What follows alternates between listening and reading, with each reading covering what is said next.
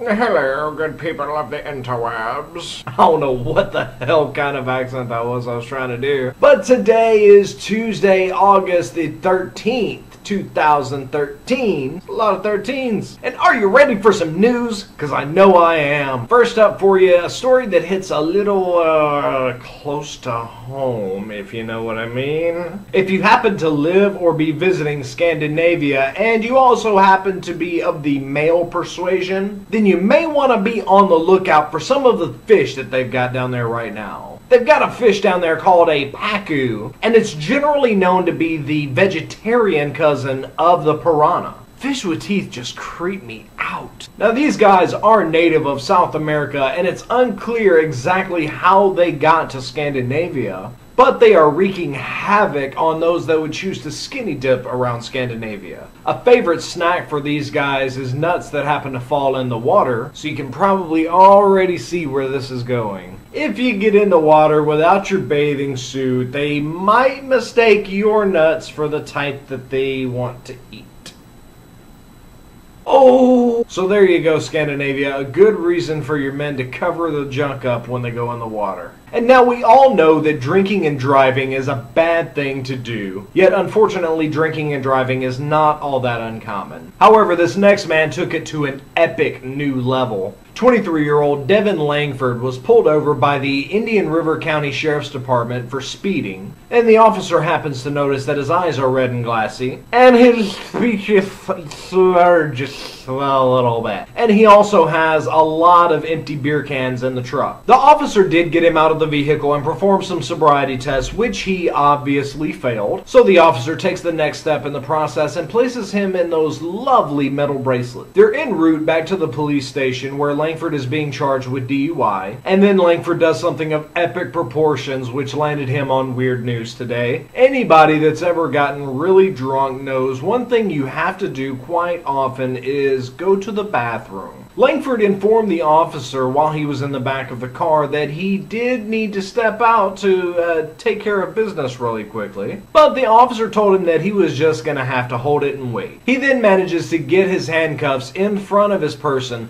proceeds to pull down his pants, and to his credit, he tries to aim it out the window, but when he lets it fly, he misfires and gets it all over the back of the squad car. Now, while he is being charged with the DUI, fortunately, he's not being charged with anything additional for urinating in the back of the cop car. And that's probably due in part to his really pleasant demeanor as well. He was quoted with reassuring the jailers by saying, "You know, I might be a little drunk, but I'm not a lot of drunk. I'm not a lot of drunk." Now for your celebrity news break today. You know, some people are really lucky and some are just really unlucky. And it seems that hotel heiress Paris Hilton is a little bit of both. Of course, she was born with a silver spoon in her mouth, one in her ass, and one coming out of each ear. But she has also reportedly been the victim of burglary 7 times. And I really love this part. The thieves that have been doing the break-ins have been labeled as the bling ring. Now, I'm not sure about the celebrities and the filthy rich of the country, but the normal person, after you're broken into just once, you get a little cautious. Somebody breaks in twice, and then you're starting to stay up at nights with a gun in your hand. So you would think that someone with the resources such as Paris has, there would be a lot more security involved. But she does have surveillance cameras. Now, whenever the bling ring breaks into her house, they are only stealing things that are of her Paris Hilton line. Designer handbag, designer shoes, designer makeup, and designer diaphragms. Okay, well maybe she doesn't have a market on that one, but after seeing that sex tape, she definitely should. So let me know what you think about this one. Do you think she's legitimately being burgled, or do you think she's just staging it for attention? And now kind of a sad story for you today. Anthony Stokes, who is a teenager in Atlanta, Georgia, is in bad need of a heart transplant. Doctors say that unfortunately he only has around 6 more months to live due to an enlarged heart.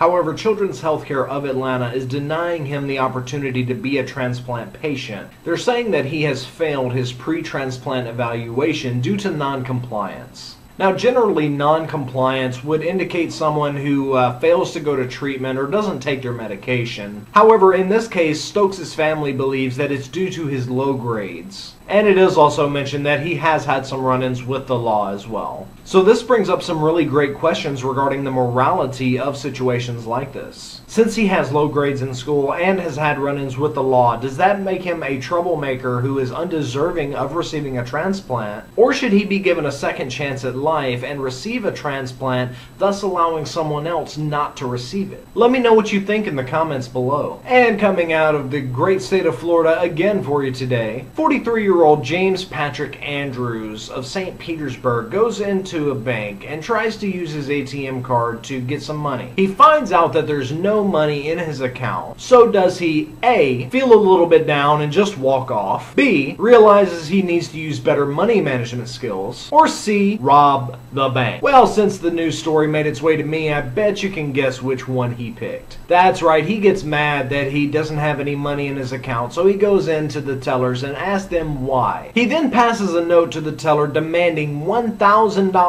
Of course, he instructs her not to walk away or press the alarm or he would hurt some people in the bank, but he doesn't even have a weapon with him. Now, the teller did comply and Mr. Andrews left the bank with an undisclosed amount of money and got into his excellent getaway car, a Hyundai Sonata. And police found the car about an hour later. However, it was only occupied by a woman and her 3 children. The woman allegedly had no idea about the activities that had just taken place at the bank. However, she did confirm to police that she gave him a ride to the bank earlier. Police did later find Mr. Andrews at a nearby hotel, and when arrested, he said he needed the money to pay drug debt. He also happened to be in possession of crack cocaine and paraphernalia. That's probably why your account was empty in the first place. So that's all I have for you today on Tuesday, August the 13th, 2013. This has been Disgruntled Minion reporting, and until next time, let's love one another.